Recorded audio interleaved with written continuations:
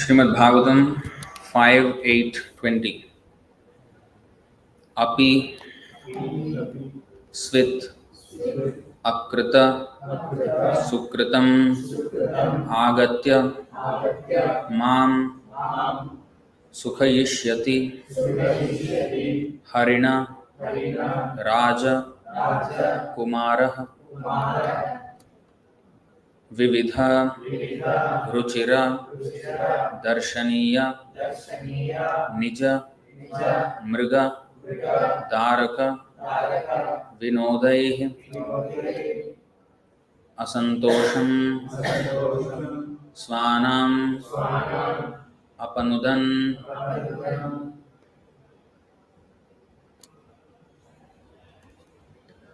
Apisvid akrita sukritam agatyamam sukhayishyati harinaraja kumaro vividha ruchira darshaniya nijamrigadharaka vinodair asantosham svanam apanudan.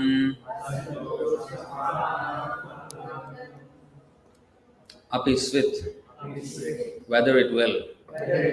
Akrita sukritam, who has never executed any pious activities. Agatya, coming back. Mam, to me. Sukhayishyati, give pleasure. Harina Rajakumara, the deer who was just like a prince, because of my taking care of it, exactly like a son. Vividha, various. Ruchira, very pleasing. Darshaniya, to be seen. Nija, own. Mrigadaraka, befitting the calf of the deer. Vinodai, by pleasing activities. Asantosham, the unhappiness. Svanam, of his own kind. Apanudan, driving away. Translation and purport by His Divine Grace A.C. Bhaktivedanta Swami Srila Prabhupada Ki Jai. Translation: that deer is exactly like a prince. When will it return? When will it again display its personal activities which are so pleasing? When will it again pacify a wounded heart like mine? I certainly must have no pious assets, otherwise the deer would have returned by now. Please repeat, that deer is exactly like a prince. When will it return? When will it again display its personal activities which are so pleasing? When will it again pacify a wounded heart like mine? I certainly must have no pious assets, otherwise the deer would have returned by now. Purport: out of strong affection, the king accepted the small deer as if it were a prince. This is called moha. Due to his anxiety over the deer's absence, the king addressed the animal as though it were his son. Out of affection, anyone can be addressed as anything. So we'll read on. 5:8-21. Shvelikayam mam mrisha samadhina militadrisham prema samrambhena chakita chakita agatya prishada parusha vishanagrena luthati. Alas, the small deer, while playing with me and seeing me feigning meditation with closed eyes, would circumambulate me due to anger arising from love, and it would fearfully touch me with the points of its soft horns, which felt like drops of nectar. What? Drops of water, sorry. Yeah. Purport. Now King Bharat considers his meditation false. While engaged in meditation, he was actually thinking of his deer, and he would feel great pleasure when the animal pricked him with the points of its horns. Feigning meditation, the king would actually think of the animal, and this was but a sign of his downfall. ॐ अज्ञानतिमिरान्धस्य ज्ञानाञ्जनशलाकया चक्षुरुन्मीलितं येन तस्मै श्रीगुरवे नमः।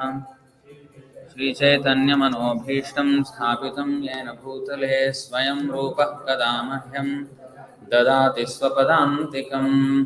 वन्देऽहं श्रीगुरो श्रीयुतपदकमलं श्रीगुरून् वैष्णवांश्च श्रीरूपं साग्रजातं सहगणरघुनाथान्वितं तं सजीवं साद्वैतं सावधूतं परिजनसहितं कृष्णचैतन्यदेवं श्रीराधाकृष्णपादान् सहगणललिता श्रीविशाखान्वितांश्च। हे कृष्णकरुणा सिन्धो दीनबन्धो जगत्पते गोपेश गोपिका कान्त राधा कान्त नमोऽस्तु ते। तप्तकाञ्चन गौराङ्गी राधे वृन्दावनेश्वरी वृषभानुसुते देवी प्रणमामि हरिप्रिये। वाञ्छाकल्पतरुभ्यश्च कृपा सिन्धुभ्य एव च पतितानां पावनेभ्यो वैष्णवेभ्यो नमो नमः। नमो विष्णुपादाय कृष्णप्रेष्ठाय भूतले श्रीमते भक्तिवेदान्तस्वामिनिति नामिने। नमस्ते सारस्वते देवे गौरवाणी प्रचारिणे निर्विशेषशून्यवादी पाश्चात्यदेशतारिणे। जय श्री कृष्ण चैतन्य प्रभु नित्यानंद श्री अद्वैत गदाधर श्रीवासादि गौरभक्तवृंद। हरे Krishna Krishna Krishna Hare Hare Hare Ram Ram Ram Hare Hare.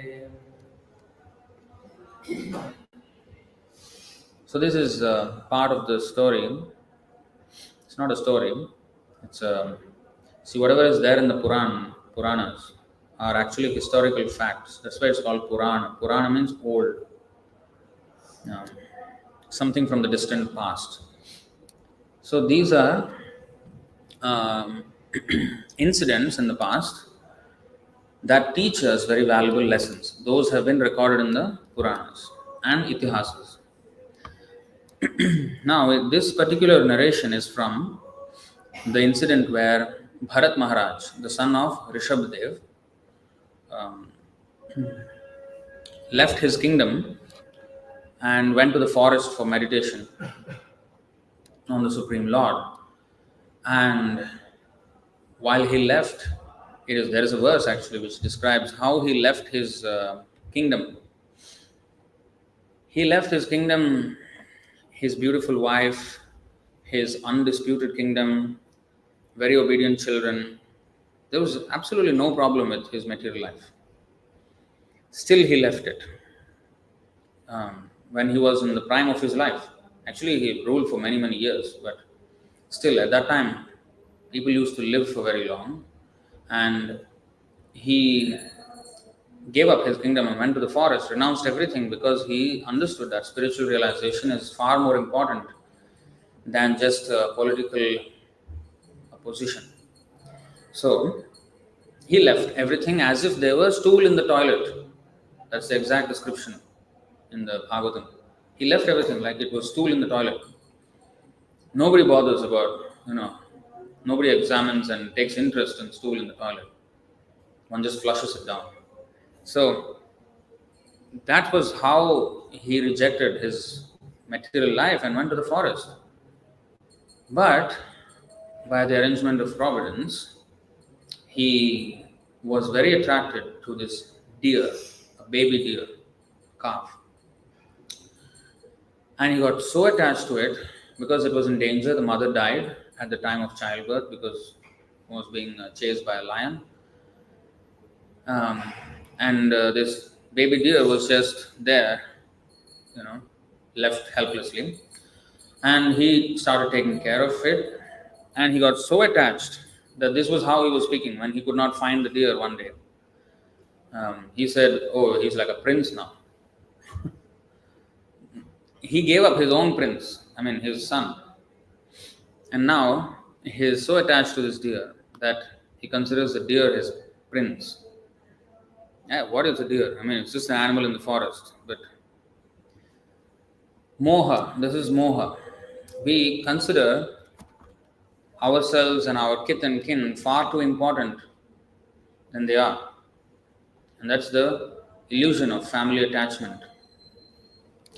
There is this classic verse which was quoted many times by Srila Prabhupada. Pumsastriya mithuni bhavametam tayormitho hridaya granthimāhu ato griha kshetras sutaptavittayir janasya mohoyamaham nameti. The attraction between male and female is the basic principle of material existence. On the basis of this misconception, it's a misconception. On the basis of this misconception, which ties together the hearts of the male and female, one becomes attracted to his body, home, property, children, relatives, and wealth. In this way, one increases life's illusions and thinks in terms of I and mine. So, aham mameti janasya mohoyam. Moha is illusion. And we can practically get attached to anything if we have our affection. Like here, he was getting attached to a deer. In the case of Vishwamitra Muni, he was attached to a woman, a heavenly woman. At least that is understandable, like it's the same species, at least there is some sexual attraction there. But a deer. So that means from this we can understand that Maya is so powerful that she can attract us with anything, not just the opposite sex or dhana jana sundari. That's why Chaitanya Mahaprabhu said, na dhanam na janam na sundarim kavitam va jagadishikam. I don't want wealth, followers and women. I just want devotional service to Krishna life after life. But we may think, okay, that is what Maya is, dhana jana and sundari. But here, dear, whole thing. And not just this, let's see what else keeps us attached to this world.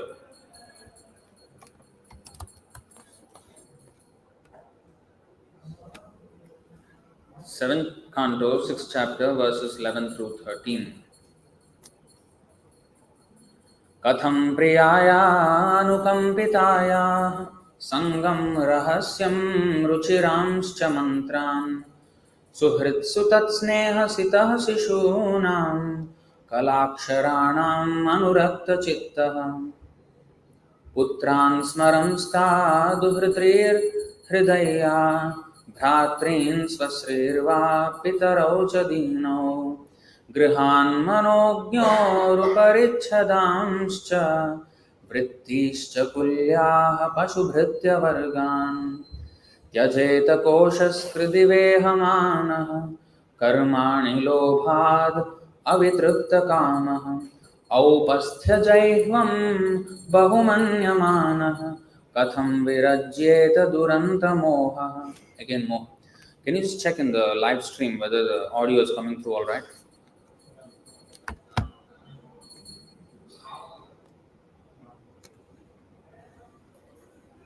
So, translation: how can a person who is most affectionate to his family, the core of his heart being always filled with their pictures, give up their association?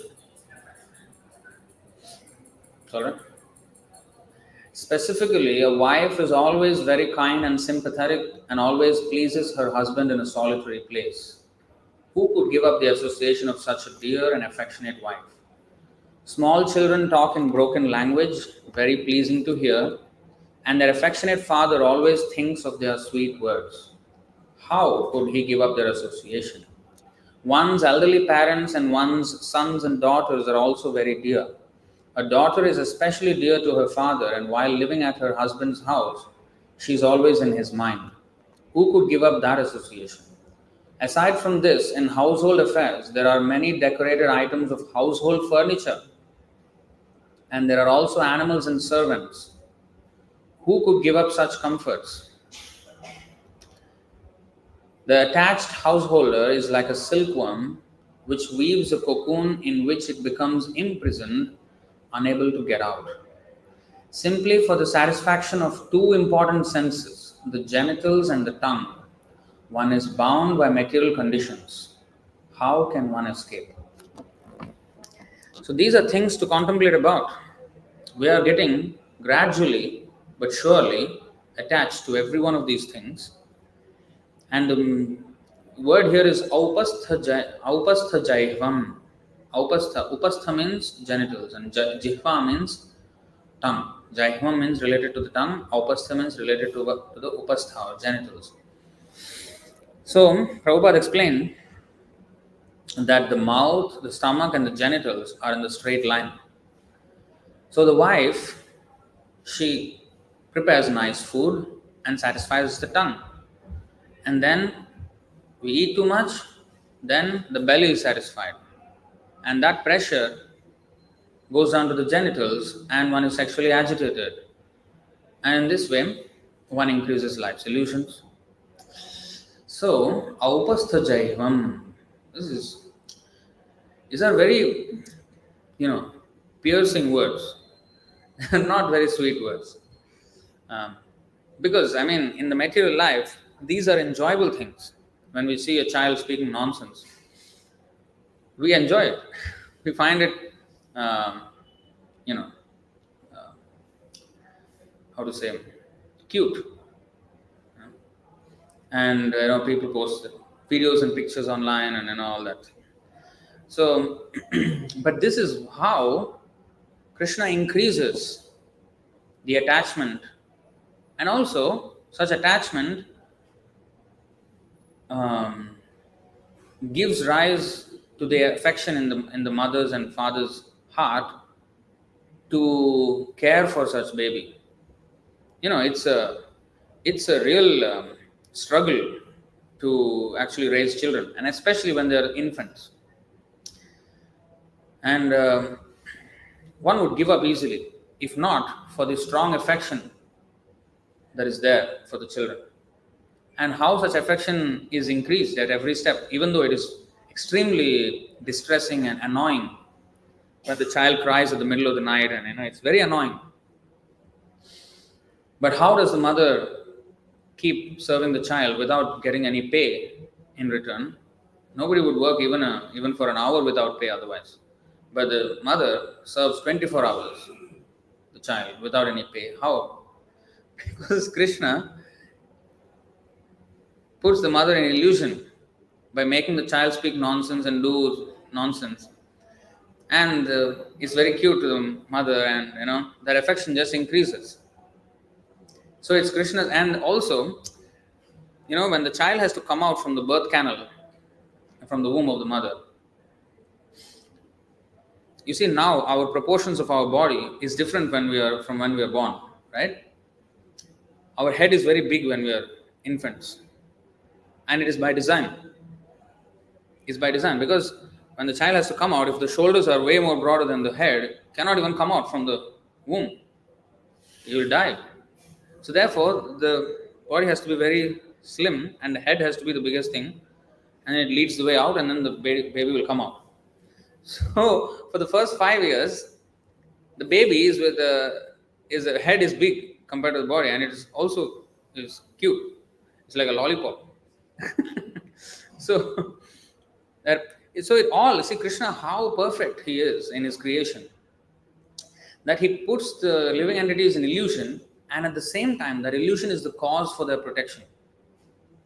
The child is protected by the parents because the parents have so much love for the child, affection for the child.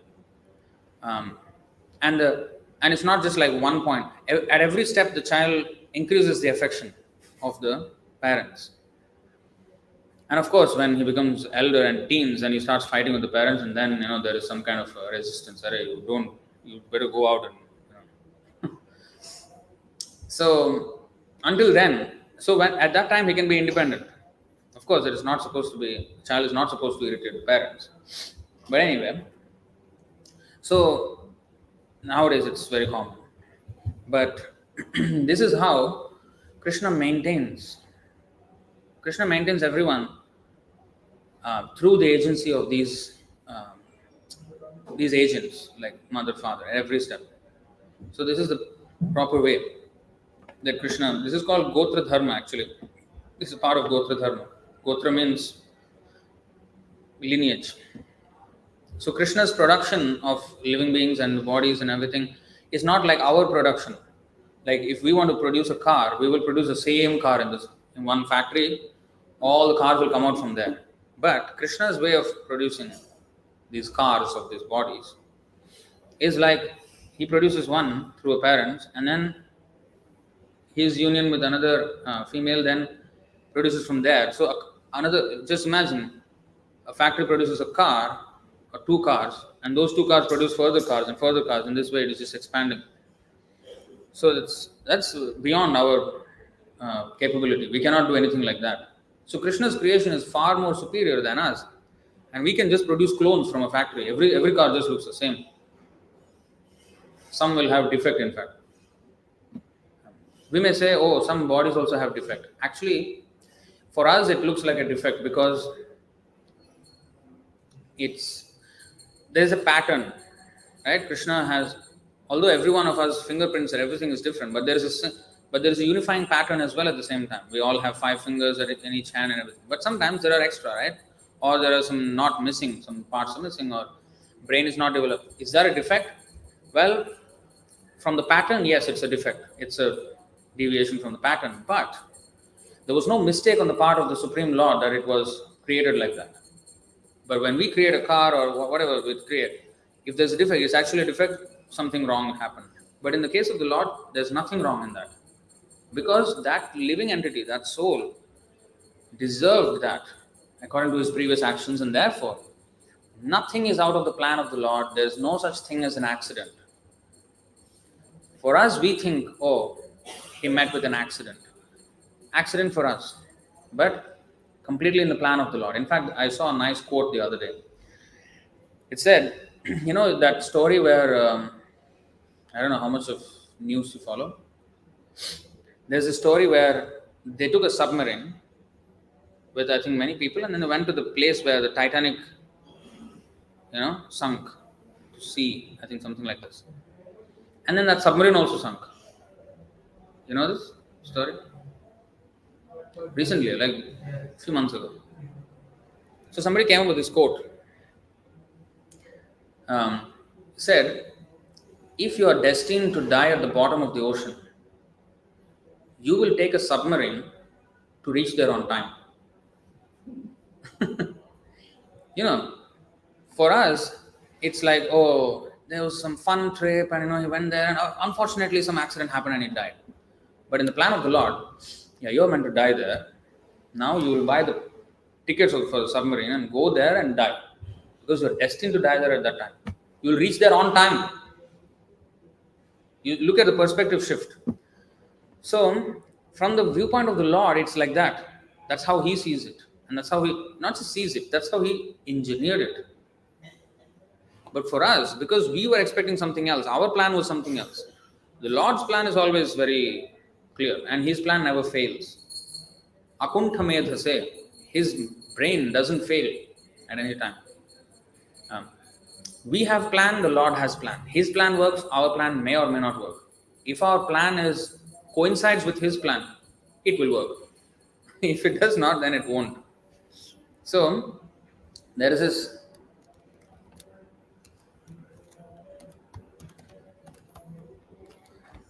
verse. Pramattam-uchchairiti kritya chintaya pravriddhalobham vishayeshu lalasam tvam apramattah sahasabhipadyase shulle lihano hirivakhumantakah. My dear Lord, all living entities within this material world are mad after planning for things. And they're always busy with the desire to do this or that. This is due to uncontrollable greed. The greed for material enjoyment is always existing in the living entity. But your lordship is always alert, and in due course of time, you strike him, just as a snake seizes a mouse and very easily swallows him. So the mouse may be doing all kind of things, but the snake will just one instant finish. For the mouse, it was like, what happened? But the snake knew everything what happened. So similarly with if you have seen those National Geography channel, all those hunts of the ambush predators, like the lions, the jaguars, the snakes, the crocodile. Basically, anytime an animal hunts, he'll try to ambush a predator. He will try to get as close to the prey as possible and then chase.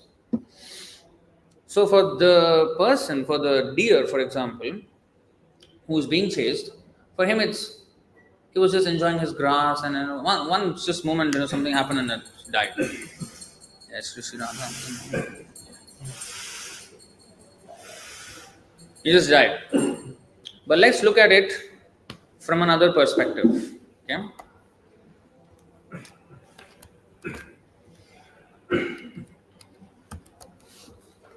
Let's see these two verses, which very nicely explain the situation.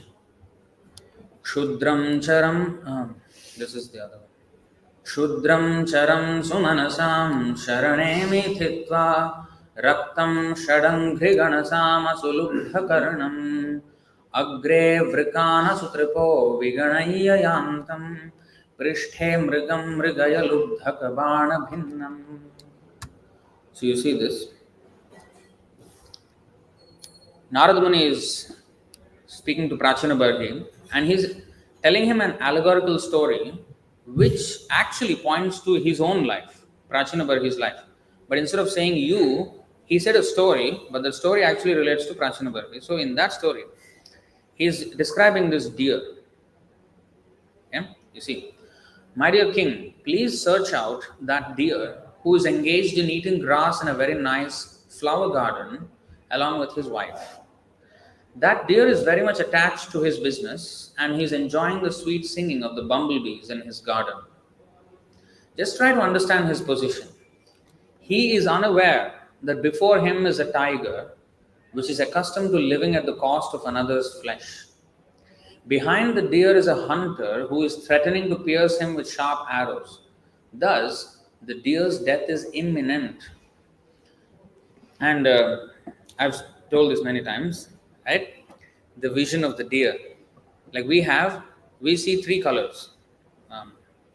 BGR, what is that? Blue, green, yellow, red.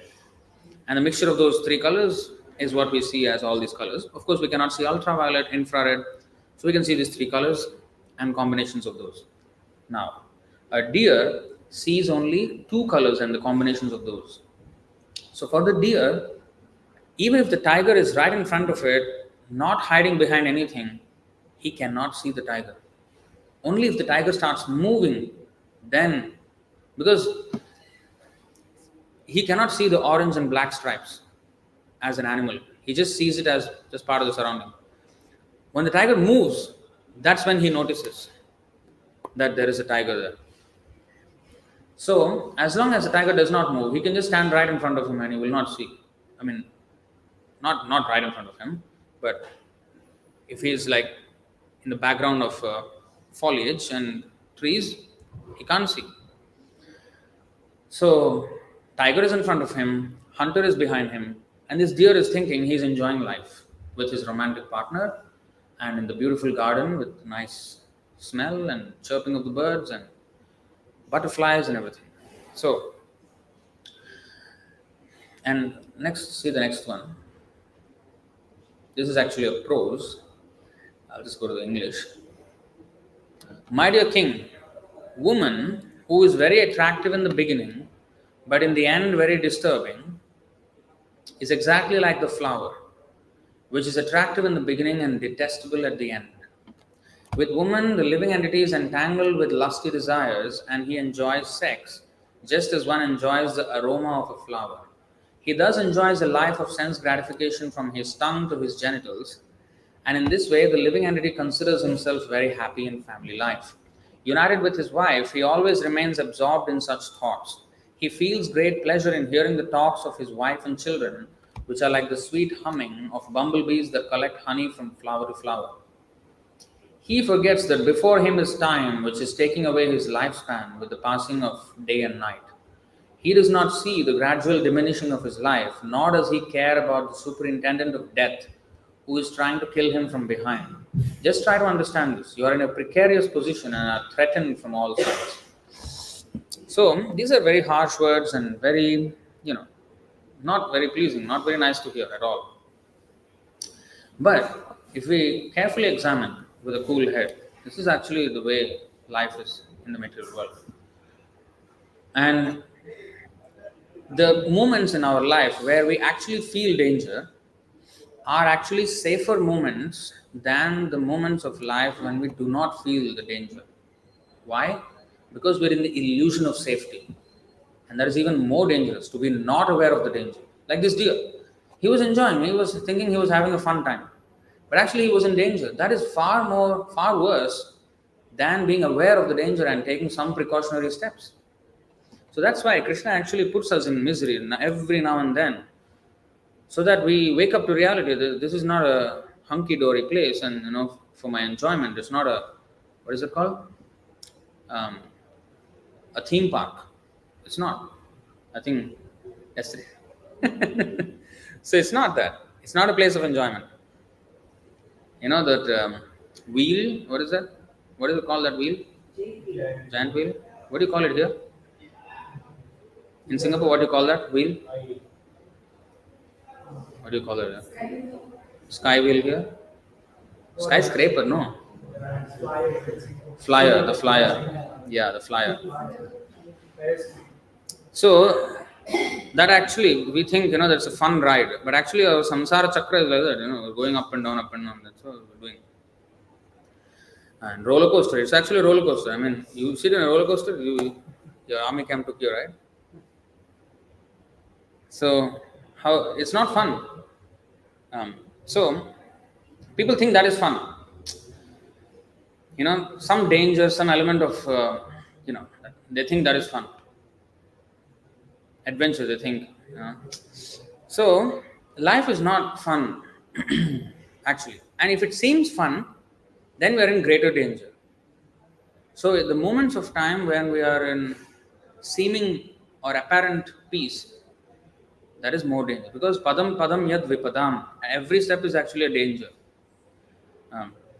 So then how we should live? Always scared, everywhere? No, of course not. We should not be like a maniac, That's also not. So what should we do then? So the danger is that, of course, this body will go. The danger is not that we will die one day. That's not the real danger. The real danger is that I will take birth again. Punarapi jananam, punarapi maranam, punarapi janani, jathare shayanam, iha samsare bahu dustare, kripaya pare, pahi murare. So, punarapi jananam, punarapi maranam, that is again going into the womb of another mother, again taking birth, again going through the entire thing. That is the real danger. This body being born, it will definitely die, and we can't give up that. So, our danger, we should be aware, and we should make a permanent solution for it. While there is seeming peace in this life, the moments that we have it, we should not take them for granted and hoping that this will continue. It is not going to continue. And Kunti Devi, the mother of the Pandavas, was so brave that she... 125.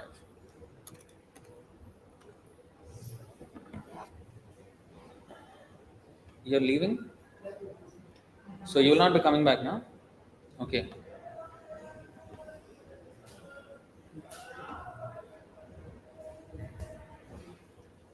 Her sunglasses along with one card. Oasis something. That is on my table. Got them yesterday. Put in my inside table, fourth floor. Both of the card and the sunglasses.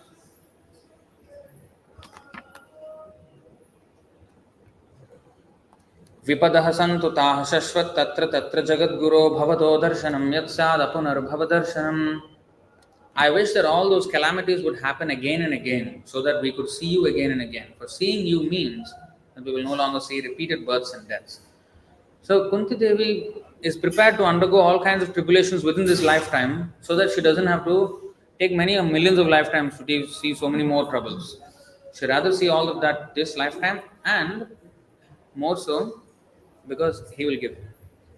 More so because I also take prasadam. Hmm?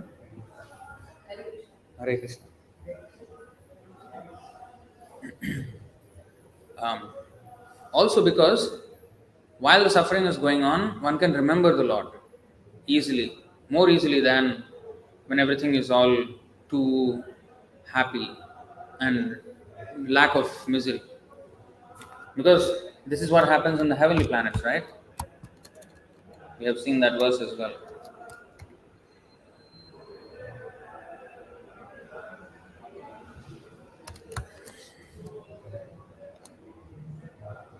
किं दुष्करैर्नः क्रतुभिस्तपोव्रतैर्दानादिभिर्वाद्युजयेन फल्गुना न यत्र नारायणपादपङ्कजस्मृतिः प्रमुष्टातिशयेन्द्रियोत्सवात् अतिशय इंद्रिय उत्सवात्. Indriya Utsavat means festival for the senses. That means in Telugu we say Pandaga Cheskuntunnam. So,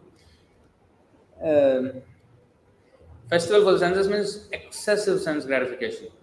So, the demigods continue. After performing very difficult tasks of executing Vedic ritualistic sacrifices, undergoing austerities, observing vows, and giving charity, we have achieved this position as inhabitants of the heavenly planets. But what is the value of this achievement? Here we are certainly very engaged in material sense gratification, and therefore we can hardly remember the lotus feet of Lord Narayana. Indeed, because of our excessive sense gratification, we have almost forgotten his lotus feet. So this is what happens if there is too much happiness. Bhogaishvarya prasaktanam dayapaharta chetasam vyavasayatmika buddhir samadhav navidhiyate.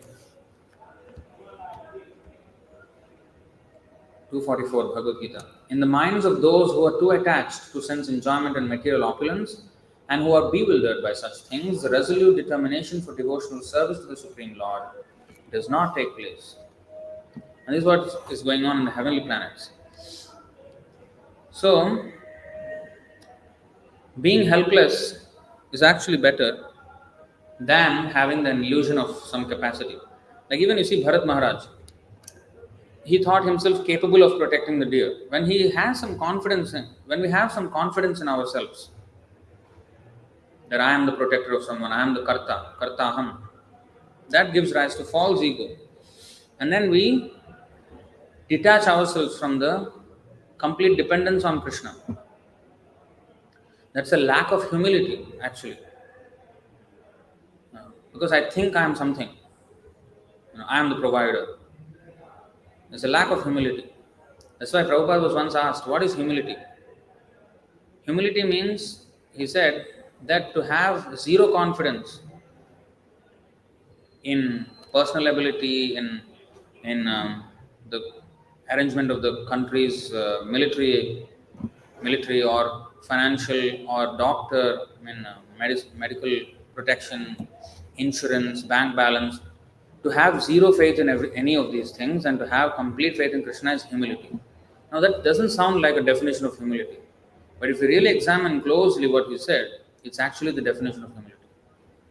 Because when we have faith in any of these things, we reject our dependence on Krishna.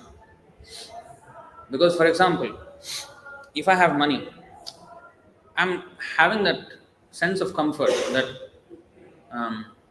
I have means to take care of myself.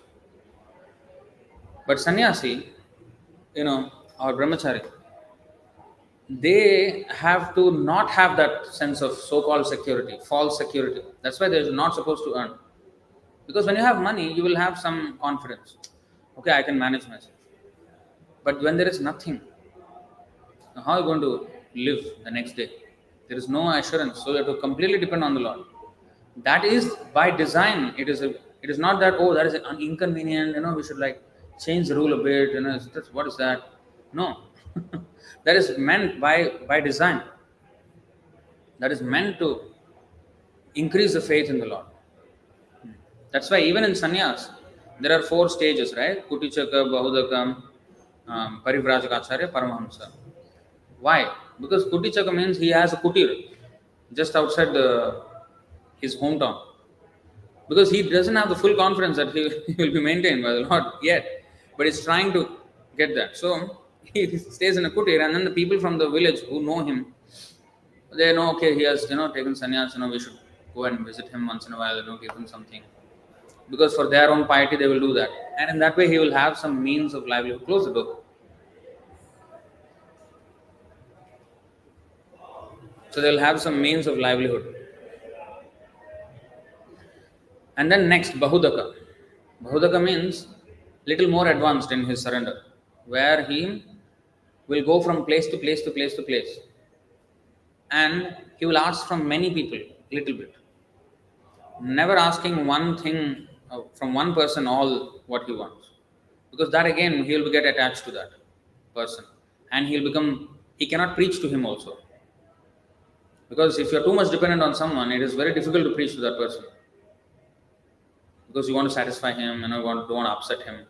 But when a person has no dependence, he can speak the naked truth without compromise. Otherwise, we'll have to compromise. We'll have to navigate the situation in different ways. So, and also, when what is the Bhishma? He could not tell Duryodhana straight because he was eating his food. That's the reason. Otherwise, they call him Namak Harami, right? That's how the thing. You're eating my namak, and namak means salt, basically food. You're eating my food, and you can talk about me like that. What, you're a traitor? So that's what happens. We feel obliged when we eat. That's why in the nectar of instruction 4, there is Priti Lakshanam, Sharavidha Priti Lakshanam. Out of them, Bhunkte Bhojayate. So Dadati means to give gifts, Pratigrahanati to accept gifts, Guhyam Akhyate means revealing confidentially, sharing deep conversations, like that, and Prichati, inquiring confidentially as well. Bhunkte and Bhojayate, offering food, taking food from the person. Shadvidham Priti Lakshanam. So this, with anyone, this is not only with devotees. If we do this with anyone, our affection for that person increases. If we have long form conversations with someone, we'll become attached to that person. And if we give gifts and receive gifts and give gifts, that also increases our attachment. And if we eat their food, we offer them food, and in this way relationships are built. Even a business meeting, 2 people will come and have lunch or dinner, and that's how business deals are even made sometimes, many times, right? Over a cup of coffee, they say, over a cup of over lunch or over dinner, like this they say. So this is how, because to warm up the relationship, these things are done. So, but this we should do with devotees. So if we take someone's food, then we become obliged. So this is very dangerous. So how we associate, with who we associate. That's why sannyasi, he should be aloof from that. So Bahudaka takes a little bit from everyone, not depending on anyone, but he still does by begging. Then as Parivrajagacharya, he gives up even that begging profession.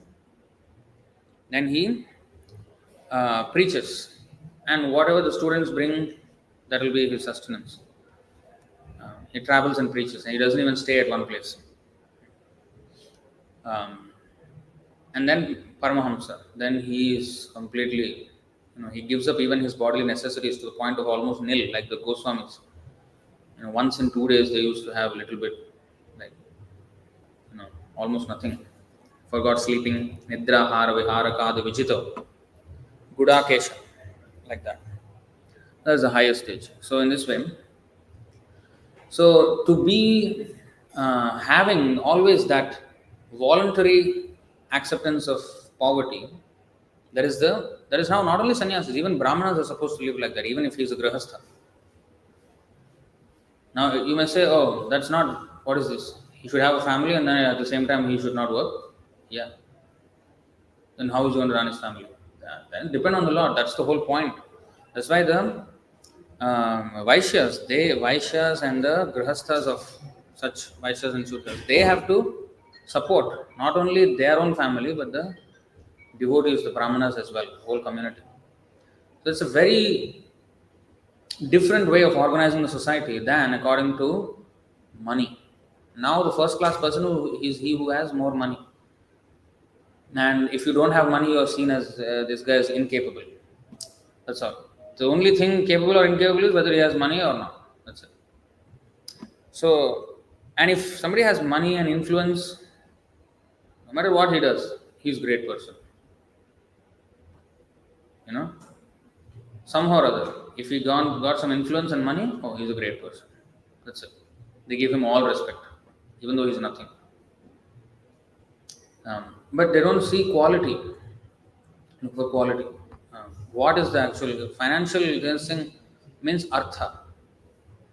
Dharma, artha, kama, moksha. Only artha and kama. That has become the goal of today's civilization. Chatur Purushartha. Out of that, only two are, the worst two are being sought after now. Artha and kama. Dharma gone, moksha gone.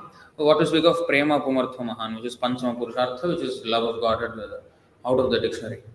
So, anyway, coming back to the point, Bharat Maharaj was so bewildered because of this. And just, where were we? 5, 8, 20 and 21, right? 21. Feigning meditation. You see that? Feigning meditation? Mrisha samadhina. Mrisha means, fake. Untruth. Mrisha. Untruth. So this fake meditation he was doing. He is meditating on the deer only. So he looks like he's still meditating. And materially speaking, it looks still laudable. Oh, he's taking care of the deer. There's nothing wrong with it. Why are you criticizing it? But you see how heavily it is criticized, because the result was very heavy. So just imagine. So of course we criticize sinful activities, but we also criticize seeming moral things in this world, as very bad. And that material moralists cannot understand. They cannot understand this. We criticize, even for example, what is that? Patriotism. Oh, soldiers, they are, they should be respected. Yeah, of course. But not like that is a second class job. First class is the Brahmana. Because the soldier is protecting the physical border of the country. Brahmana is protecting the spiritual border. Maya and, Krishna. So he has to keep the spiritual, and that is even more difficult. What is this? Arjuna said more difficult than controlling the wind. So the soldiers who fight against Maya are way higher soldiers than the soldiers who fight against other, countries. And soldier is not to just fight other countries, but to protect one's own country.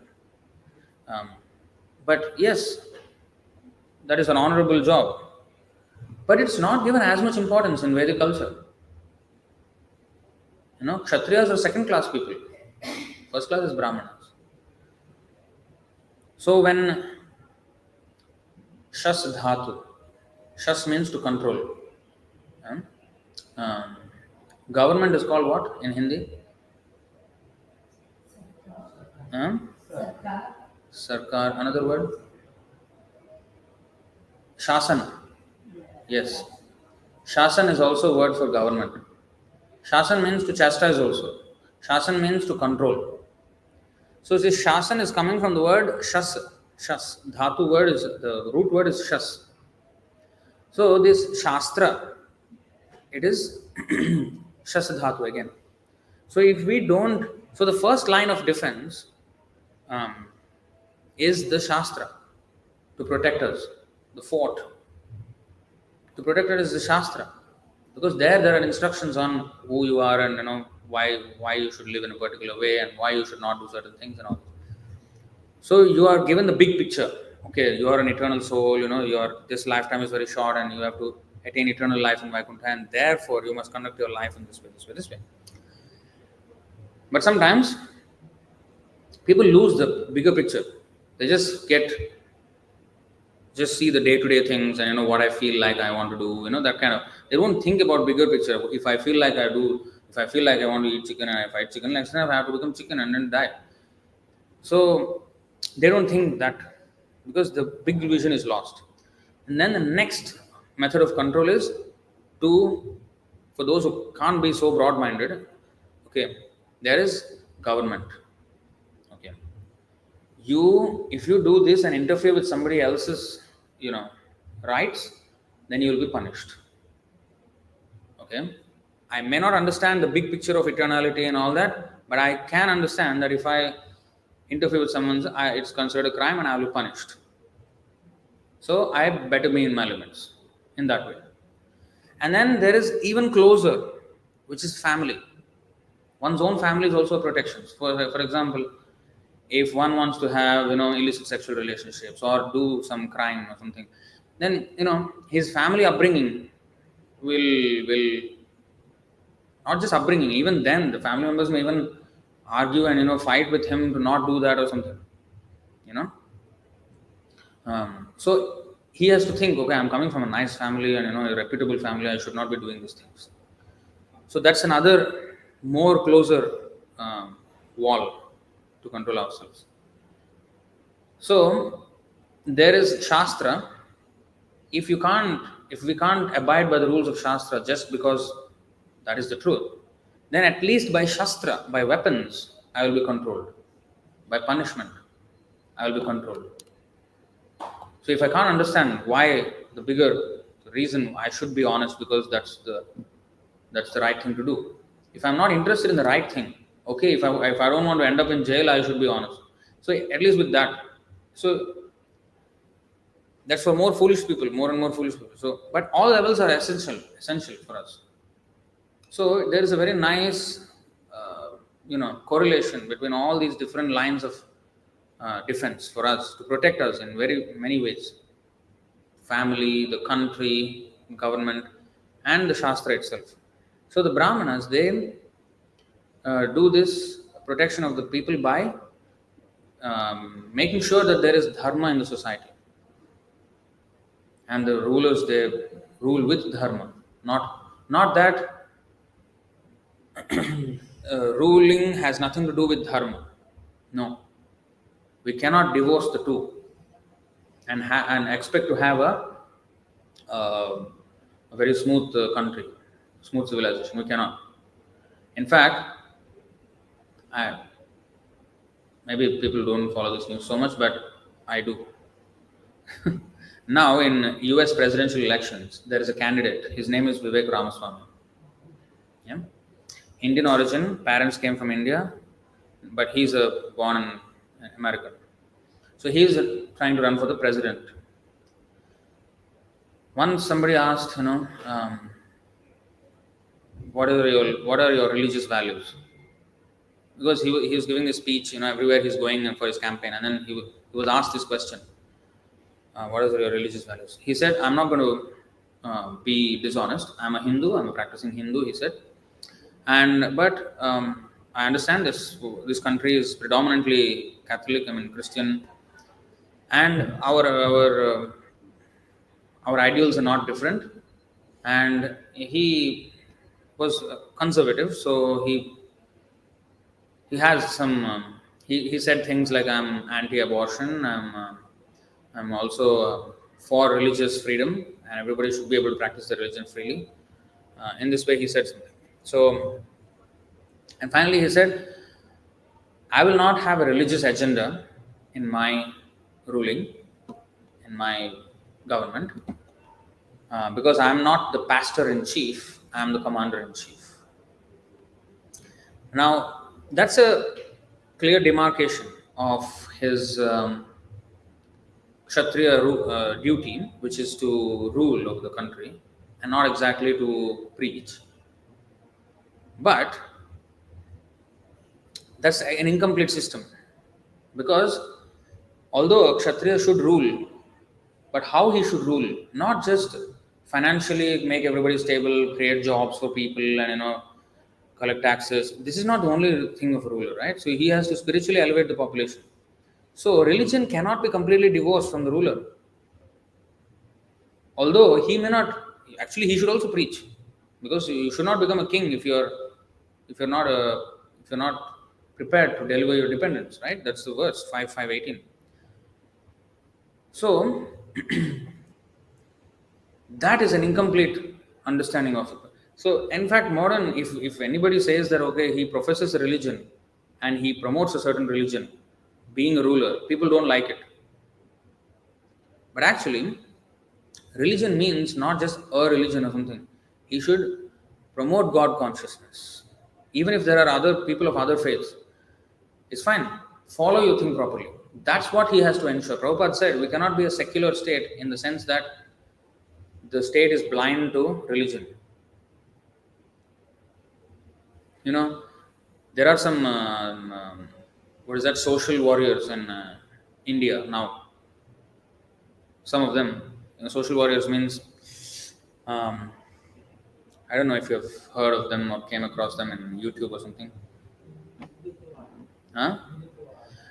Hindutva, yeah, partly they're Hindutva as well. Yeah, like Sai Deepak, Anand Ranganathan, these people. Anyway, they are trying to bring back the culture in their own understanding of what our Vedic culture is.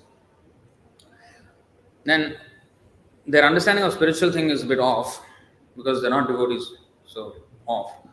But they correctly point out the fallacy or the mistakes of the government.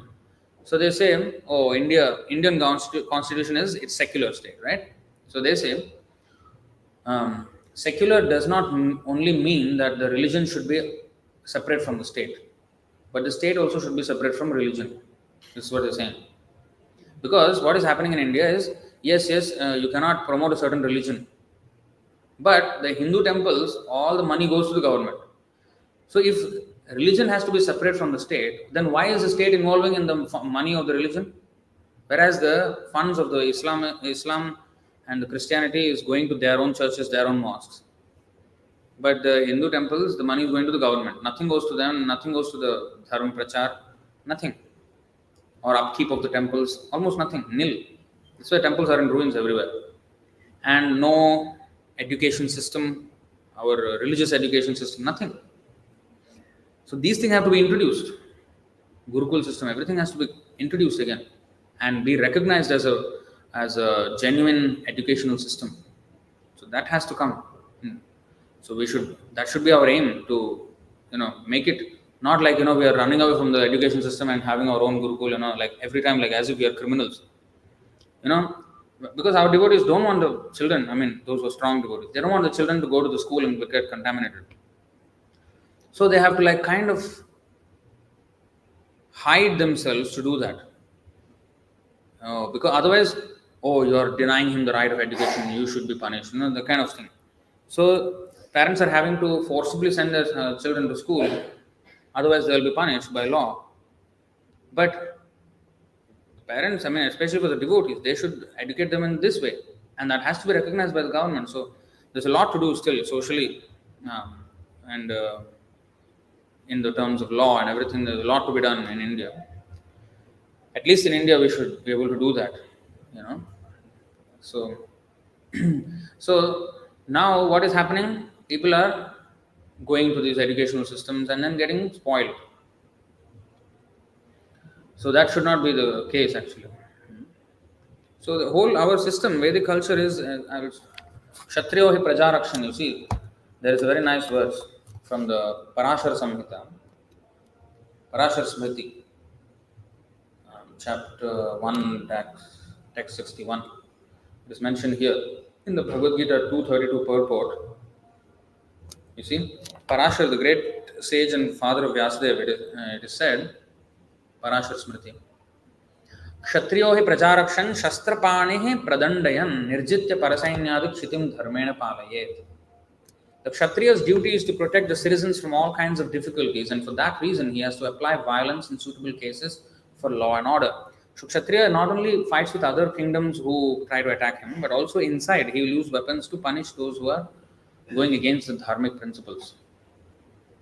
So, in this way, he has to conduct himself. So, there is everywhere we can, but he still has to do it under the counsel of the Brahmanas.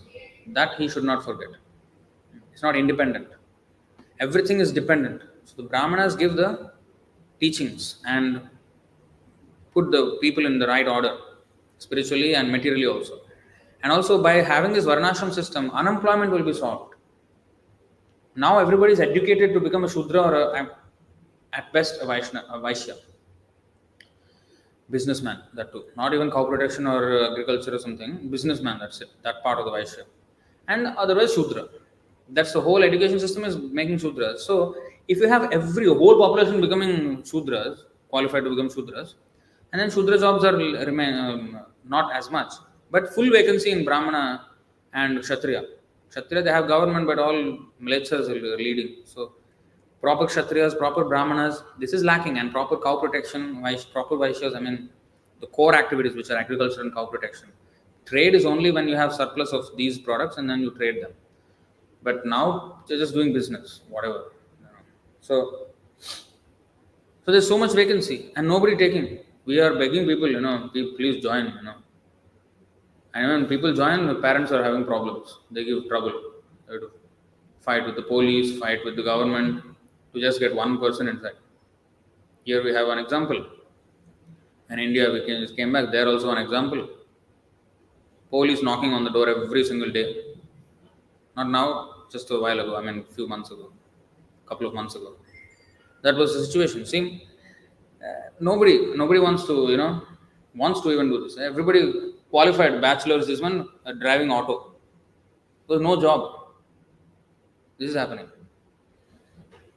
So, employment will be solved, religiously employed, everybody.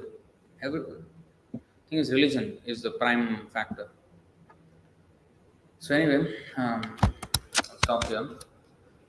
Any questions or comments on this topic?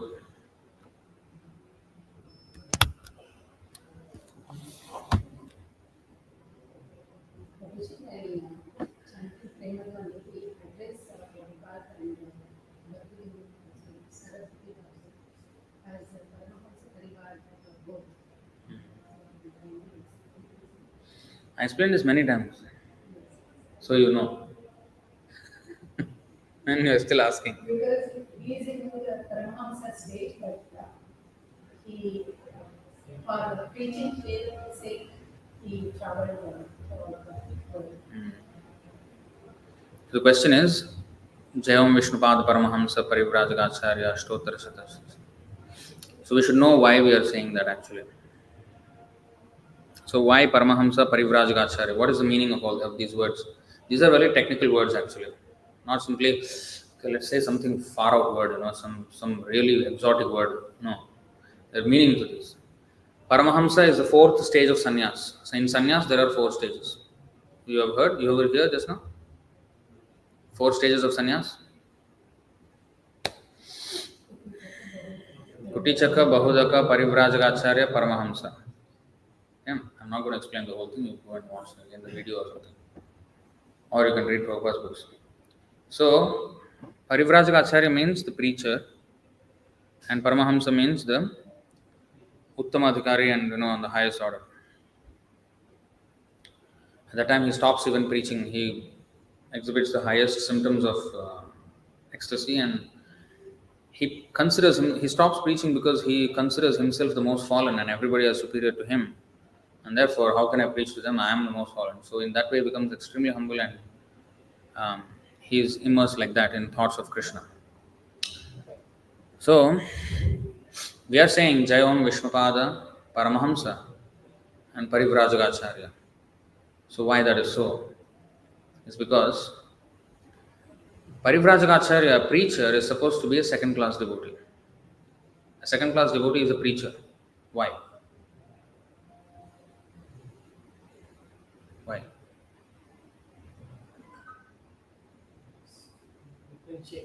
Ah, where is the verse?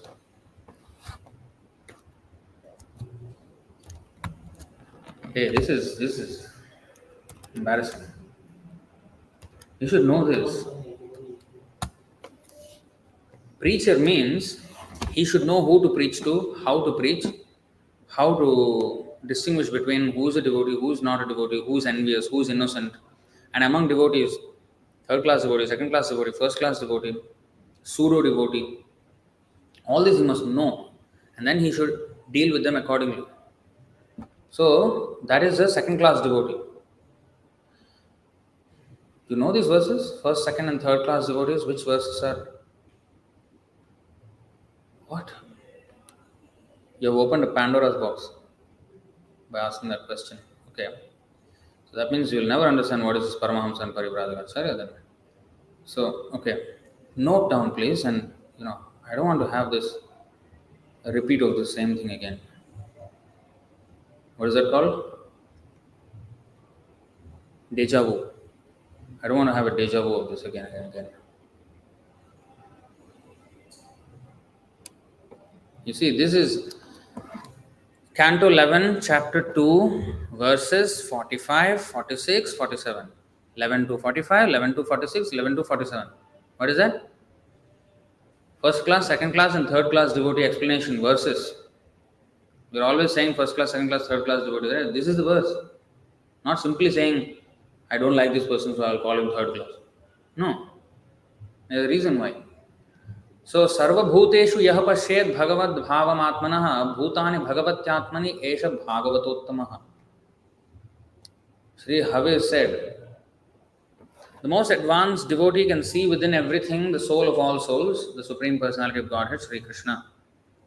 Consequently, he sees systematically everything in relation to the Supreme Lord and understands that everything that exists is eternally situated within the Lord. So, that means a pure devotee sees the Lord always. Santah sadaiva hridayeshu vilokayanti is also stated in Brahma Samhita. So you can always see the Lord. This is first class devotee. Uttama adhikari. You have heard this word ever in your life? Uttama adhikari. What are other adhikaris? Tell me. And? Something is in order. Okay. Something is in order at least. I'm a little bit happy. Okay. So Kanishtha means lowest. Madhyama means middle. Okay. So this is where it is coming from. Bhagavata Uttamaha. Bhagavata means devotee. Uttama means highest. Most advanced. Okay. Next, 11 to 46. Second class devotee. What does he do? What is his status? How does he behave?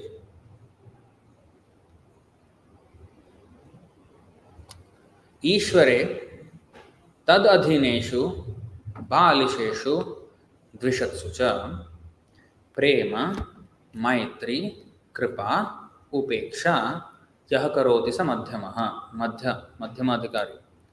What is this? Ishvare means what? The Lord.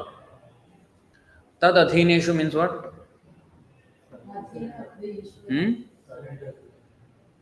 No. Tad adhineshu means of the devotees. Yes. So they are devotees, referring to the devotees. Tad adhina means, tat means of the Lord, adhina means servant. So the servants of the Lord Vishnu are called Vaishnavas. So tad adhineshu, devotees, the Lord, devotees. Balisheshu means what? Child, yes, Bala. But actually here, Bala has more meaning than just child.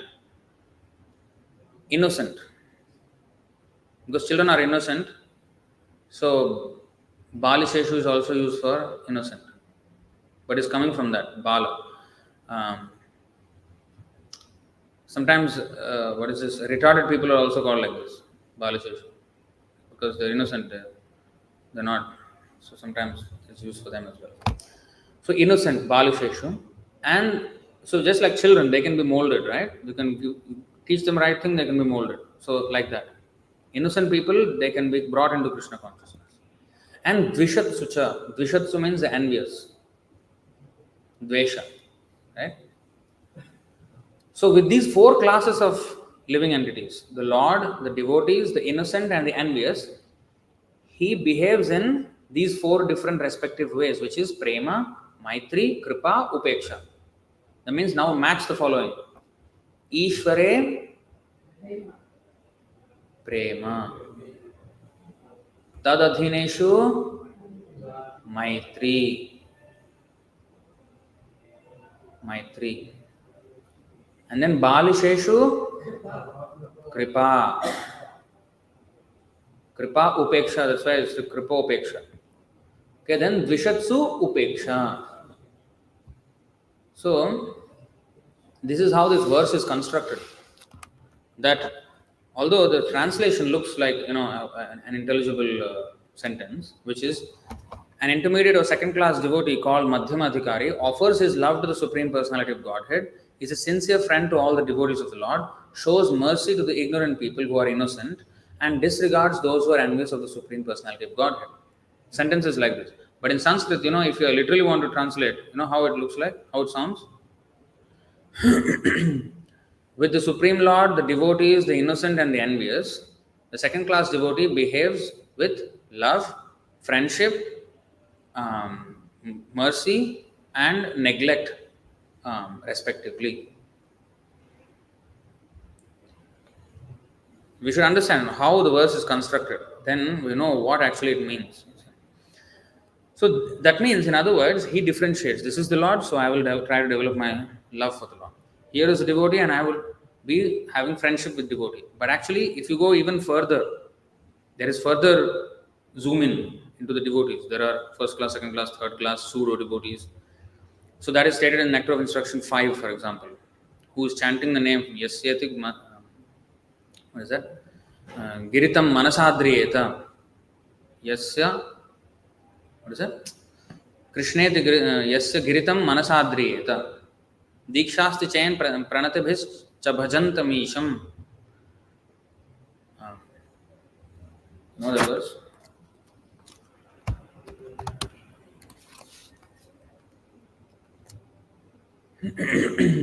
Krishneti Yasya Giritam Manasadriyeta Dikshasti Chet Pranatibhis Chabhajantamisham. Shushrūshaya bhajana vigyam ananyamanya nindadishunya hritamipsita sangalabdhya. One should mentally honor the devotee who chants the holy name of Lord Krishna. In the mind, we should honor. That means, if he is not a very high-grade character of a devotee, but he is chanting, like ISKCON devotees, ISKCON, especially the gurus who are not supposed to be there. So, we should offer them the respect of a devotee. But because he is disobeying the order of the spiritual master, we should keep our distance also. At the same time, we should mentally honor him. Because he is Giritam, means on his tongue there is holy name being chanted, so we should respect.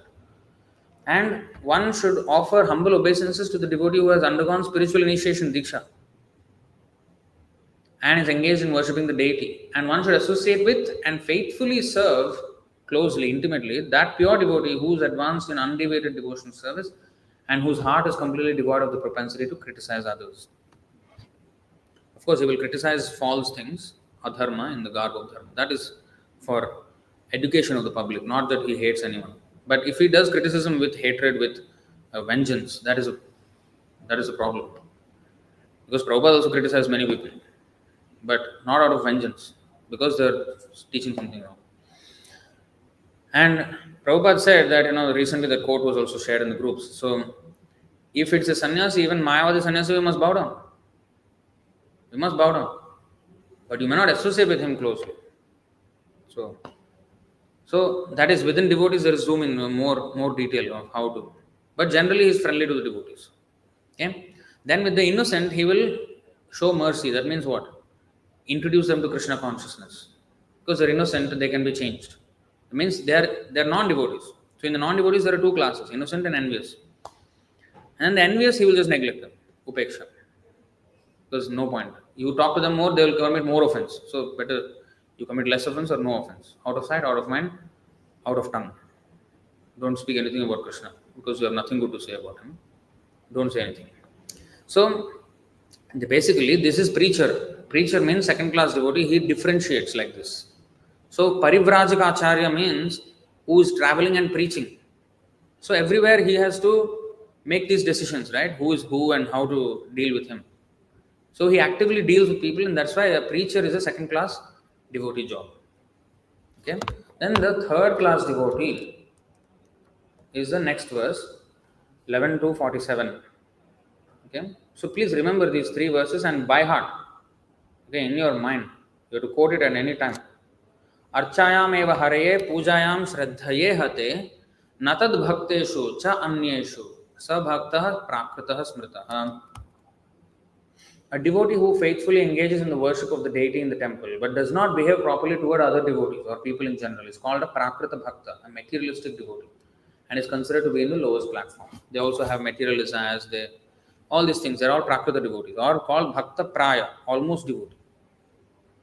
So, when we say Paramahamsa Parivrajaka, we are calling him the Uttamadhikari and Madhyamadhikari. Jai Om, Uttamadhikari, Madhyamadhikari, Ashtottara Shata. What is the meaning? Is he a Madhyamadhikari or Uttamadhikari? Either one. Why both? So Prabhupada explains this, that he is actually of the stature of Uttamadhikari. But to execute the order of the Lord, he voluntarily accepts the position of Madhyama in order to preach, to expand the movement of Chaitanya Mahaprabhu, because that was his order and his Guru's order. So he gives up, he does not give up his position as Uttamadhikari, but externally he behaves like Madhyamadhikari. So although you are Uttamadhikari, you have descended for the mercy on the fallen souls as Parivrajaka Acharya and preach this holy name. So that is the meaning of Javam Vishnupada. Means the Prabhupada has descended to this world to, do this preaching. There is so much meaning. We are saying Jai, Jai, Jai. What are you saying Jai for? No. That is like Chi only. Chi, like that. So, that's why we must know what we are doing. Otherwise, we look like fools. We don't know what we are doing. So, pure devotee, he descends to the platform of preaching. So, once Prabhupada was asked this question by Dr. Patel, who always tries and argues with Prabhupada.